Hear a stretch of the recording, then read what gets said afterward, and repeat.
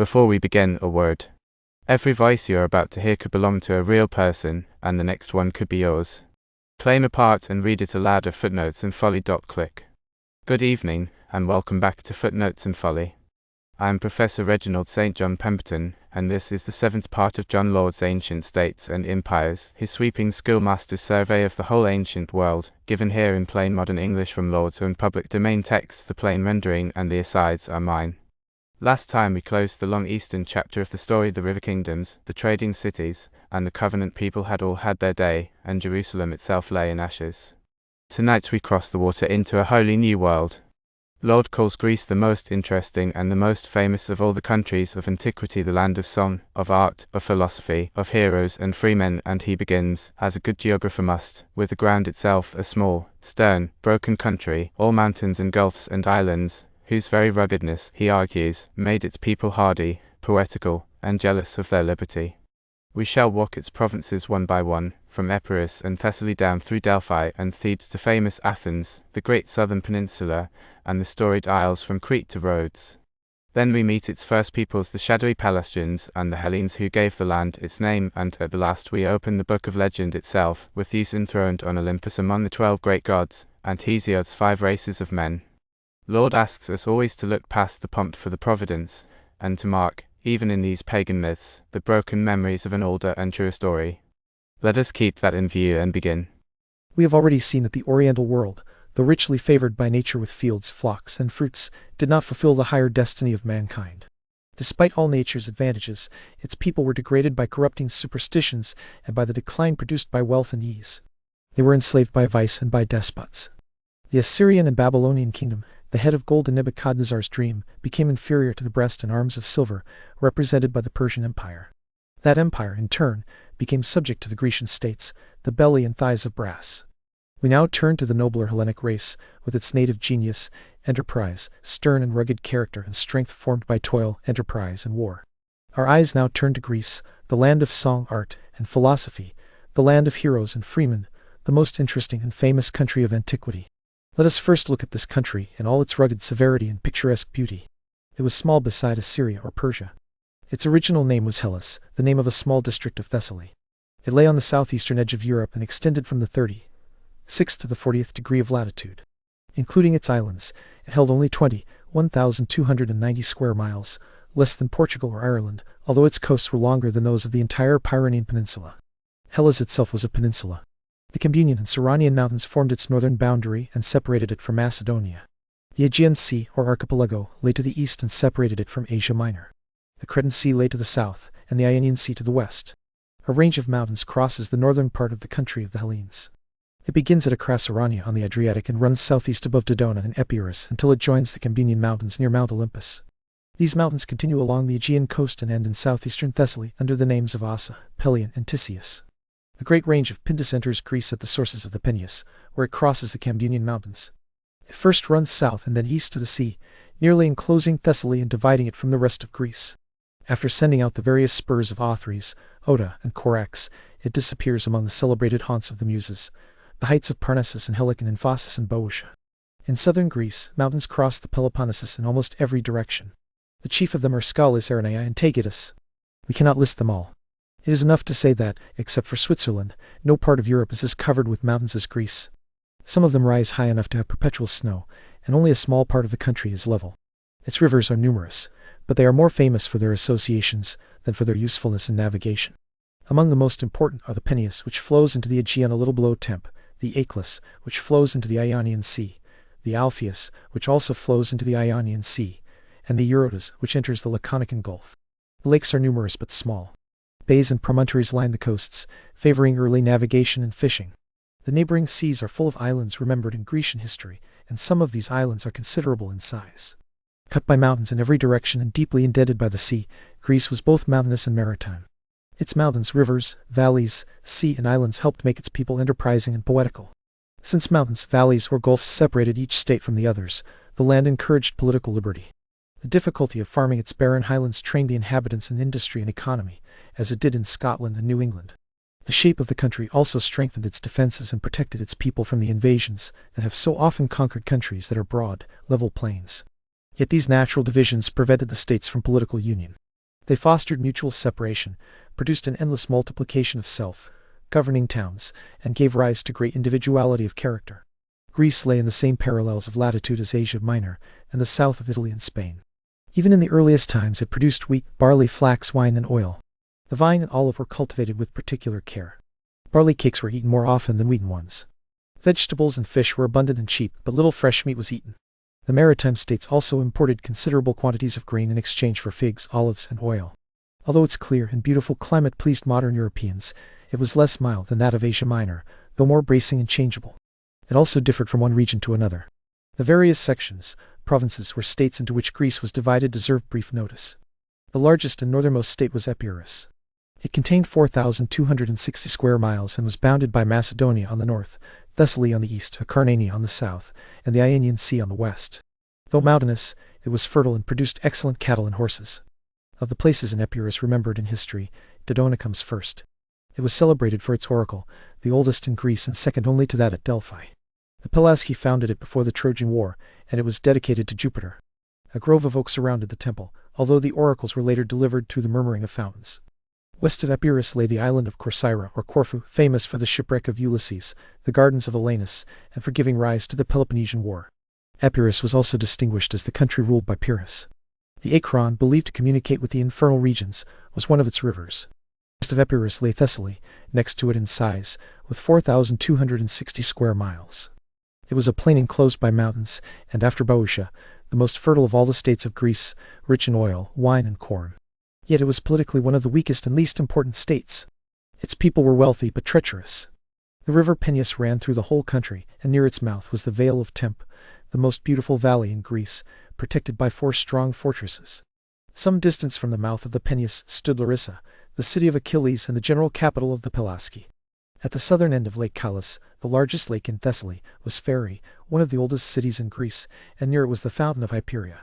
In southern Thessaly was Pharsalia, the battlefield between Caesar and Pompey, and nearby was Pieria, formerly called Hellas, where the tomb of Hellen, son of Deucalion, stood.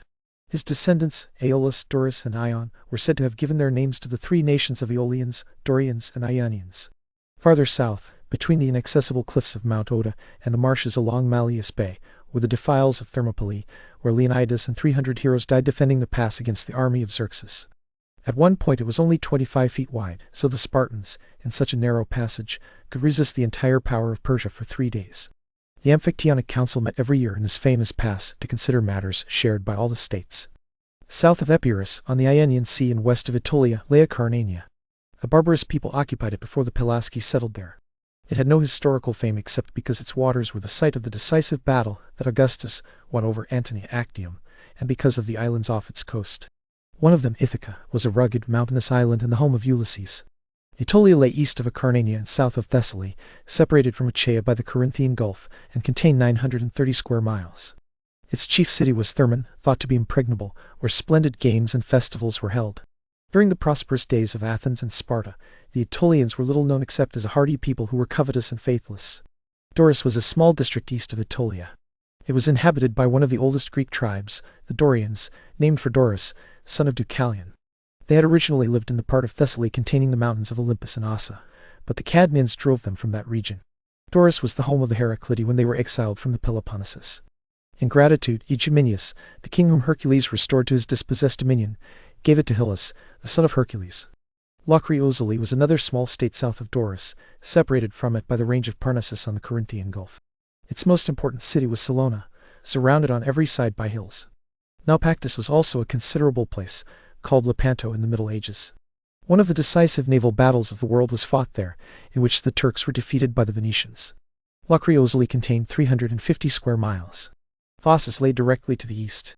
Doris and the Locri Epicnymidi bounded it on the north, and the Corinthian Gulf on the south. This state covered 610 square miles. The Phocians are known in history for the Sacred, or Phocian, War, which began in 357 B.C. because they refused to pay a fine imposed by the Amphictyonic Council. The Thebans and Locrians successfully carried on the war, joined by Philip of Macedon, who thereby prepared the way for the sovereignty of Greece. Among its most notable places were Crissa, famous for the Pythian games, and Delphi, renowned for its oracle sacred to Apollo. The priestess Pythia sat on a sacred tripod above the mouth of a cave and delivered her oracles in verse or prose. Those who consulted her brought rich gifts, and Delphi became immensely wealthy from them.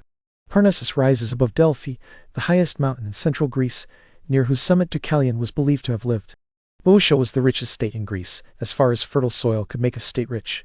It was bounded on the north by the territory of the Locri, on the west by Phocis, on the south by Attica, and on the east by the Euboean Sea.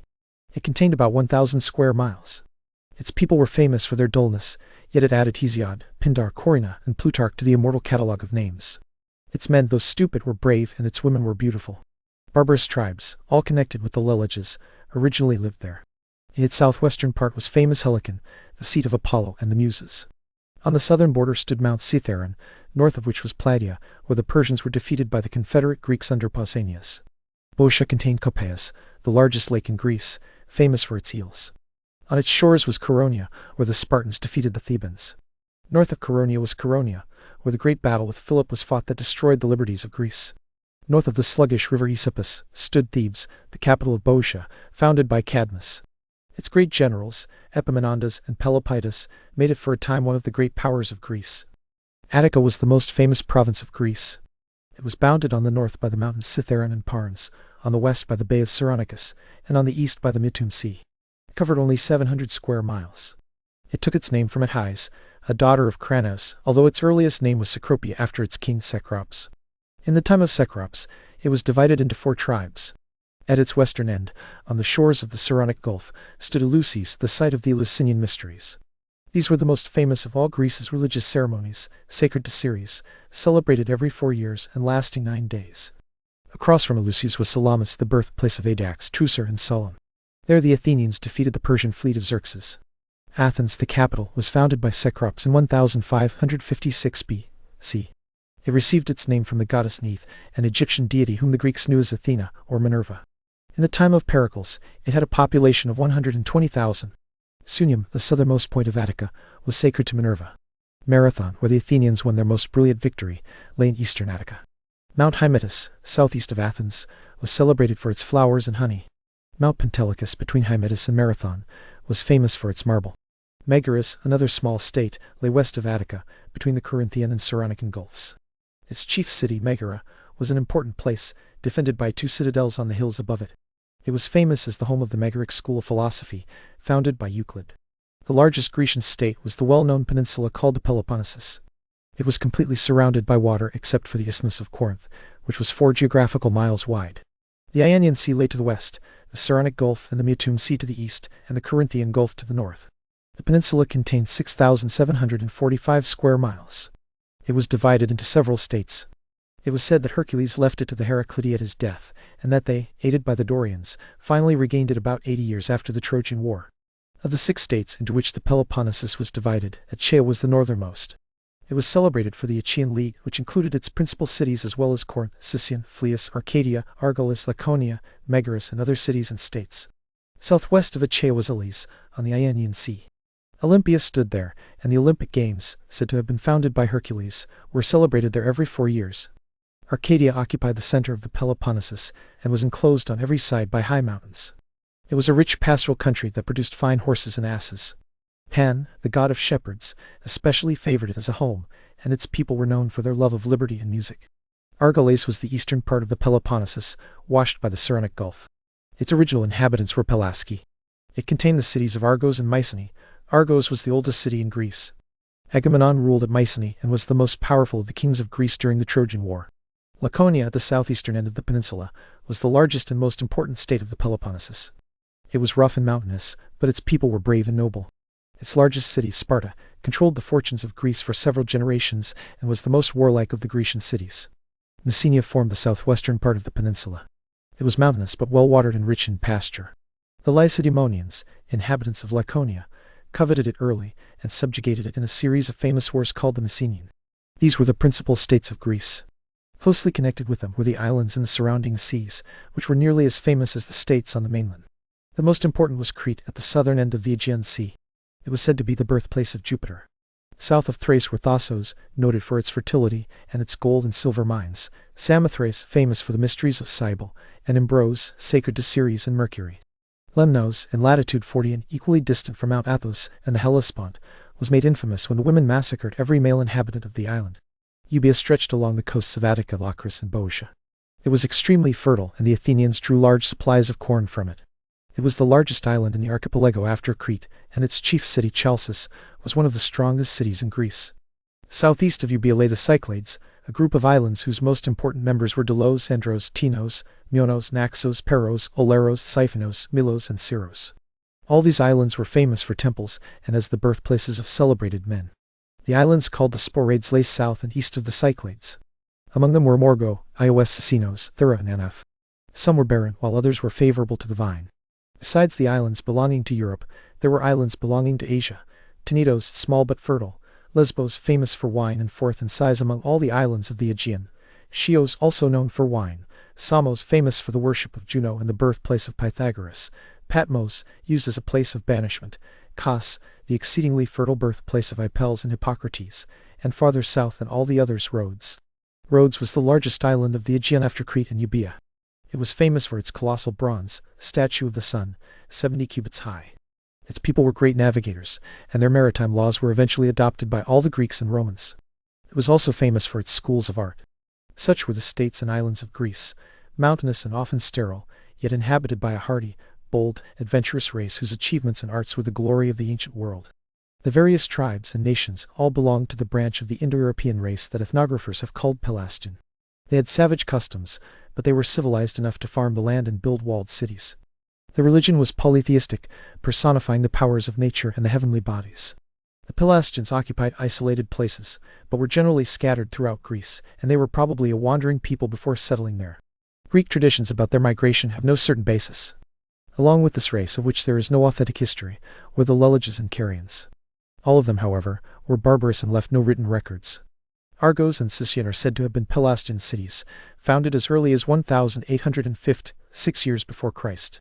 It is also believed that Oriental elements entered the early population of Greece. Cecrops brought Egyptian arts into Attica. Cadmus, the Phoenician, colonized Boeotia and introduced weights and measures. Dinas, driven from Egypt, gave his name to the warlike Dan, and taught the Pelasgian women of Argos the mystic rites of Demeter. Peloponnesus is thought to have come from Asia into Greece with great treasures, and his descendants occupied the throne of Argos. Before written history began, the early inhabitants of Greece, whatever their obscure origin may have been, were driven from their settlements by a warlike race that was nevertheless related to the Pelasgians.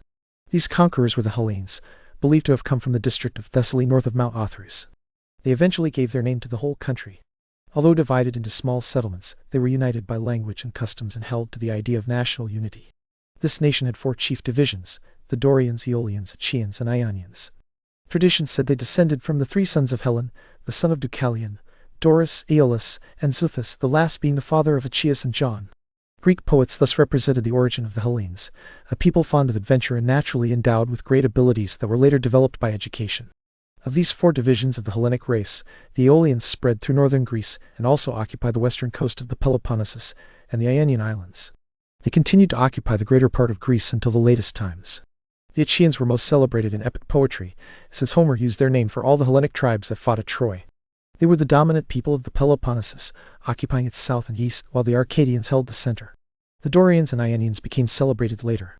The former occupied a small area on the slopes of Mount Oda, north of Delphi. The latter lived along a narrow strip on the northern coast of the Peloponnesus and extended eastward into Attica. The principal settlements of the Aeolians lay around the Pegasean Gulf, where they were blended with the Minions, a race of Pelasgian adventurers known from the Argonautic expedition under Aeolian leaders. In northern Boeotia stood the city of Orchomenus, whose treasures Homer compared with those of Egyptian Thebes. Another Aeolian seat was Ephyra, later called Corinth, where the wily Sisyphus ruled. He was the father of Phocas, who gave his name to Phocis. Descendants of Aeolus also led one colony to Eleusis and another to Pylos. In general, the Aeolians sought maritime settlements in northern Greece and on the western side of the Peloponnesus. In very early times, the Achaeans were the dominant race in southern Thessaly and on the eastern side of the Peloponnesus. Their chief seats were Phthia, where Achilles reigned, and Argolis. Thirlwall seems to think that they were a Pelasgian rather than a Hellenic people. Ancient traditions say that the sons of Aegeus migrated to Argos, where they married the daughters of Dinas the king, though they did not ascend the throne. The early fortunes of the Dorians are very obscure, and little in the early history of any Hellenic tribe is satisfactory. Our information is mainly traditional and comes from the poets. Doris, the son of Deucalion, occupied the country opposite the Peloponnesus, on the other side of the Corinthian Gulf, including Aetolia, Phocis, and the Ozolian Locrians. The Dorian conquests in the Peloponnesus can only be reconciled on the supposition that they occupied a considerable tract of country. The early history of the Ionians is even more obscure. Ion, the son of Zeus, is believed to have led his followers from Thessaly to Attica and either conquered the Pelasgians or made peaceful settlements with them. Then comes a series of legends of greater poetic than historical interest, which will be briefly noticed in the next chapter. Greeks had no genuine written history of the period from the first appearance of the Hellenes in Thessaly to the first Olympiad, in 776 BC. This period is called the Heroic Age. We know it only through legends and traditions, known as myths. These concern both gods and men and belong to what we call mythology. Mythology has no historical importance, but its poetic life makes it deeply interesting. Since mythology is woven into the literature and art of the ancient world, and has supplied endless subjects for poets, painters, and sculptors, it cannot be entirely left out of the history of that classic people, whose songs and arts the world has admired. There is room here only for legends of universal interest. We will begin with those concerning the gods, especially the figures most prominent in the poems of Hesiod and Homer. Zeus, or Jupiter, is the foremost figure in Greek mythology. Although he came after Cronos and Uranos in time, he was called the father of gods and men. No one could resist his power, which was universal. He was thought to be the ruling providence, seated on Mount Olympus in majesty and strength, and obeyed by the lesser deities. With his two brothers Poseidon, or Neptune, and Hades, or Pluto, he ruled heaven, earth, sea, and hell. Mythology says that he was born in Crete.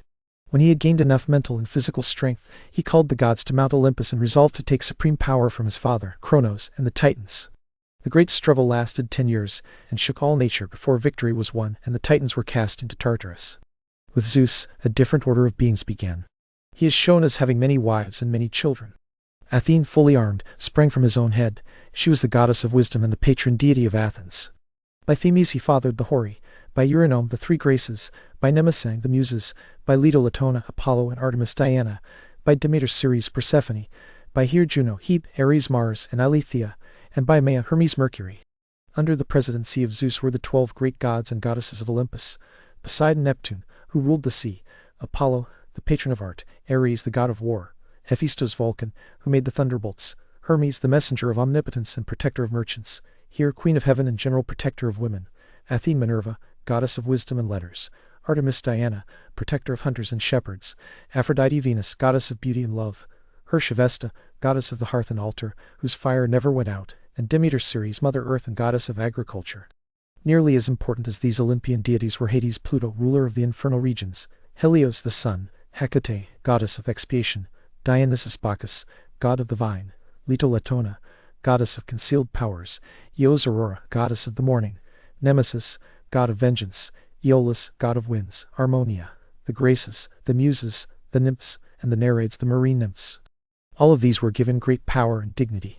There were also deities who carried out particular services for the greater gods, such as the Horii.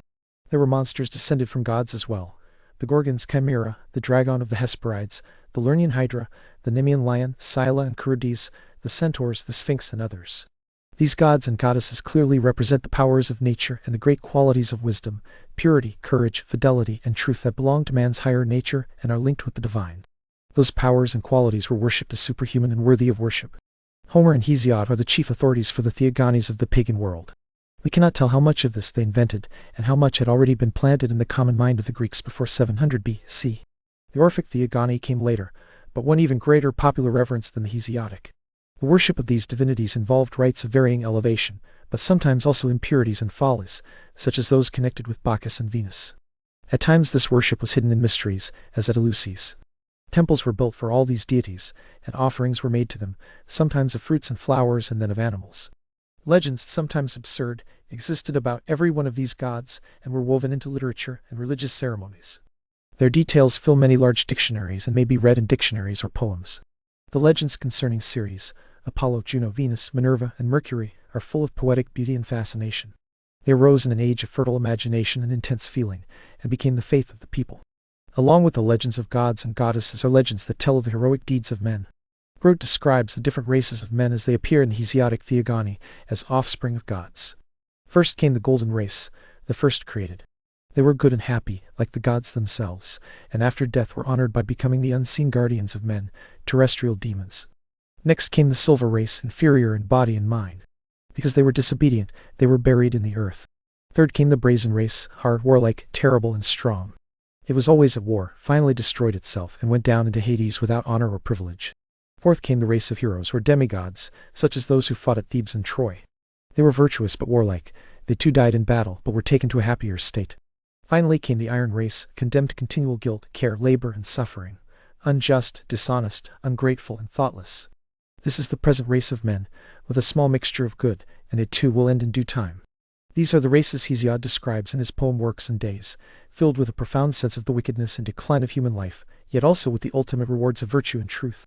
His demons were neither gods nor men, but intermediate agents, essentially good angels whose task was to guard and benefit the world. Ideas about demons gradually changed until, in Plato's view, they were considered both good and bad. Finally, in the time of Christian writers, they were seen as causes of evil. Hesiod, who is supposed to have lived 400 years before Herodotus, was a great ethical poet and expressed his age's views about the great mysteries of nature and life. The legends that Hesiod, Homer, and other poets made so attractive through their genius hold an enduring interest because they have all the appeal of song and romance.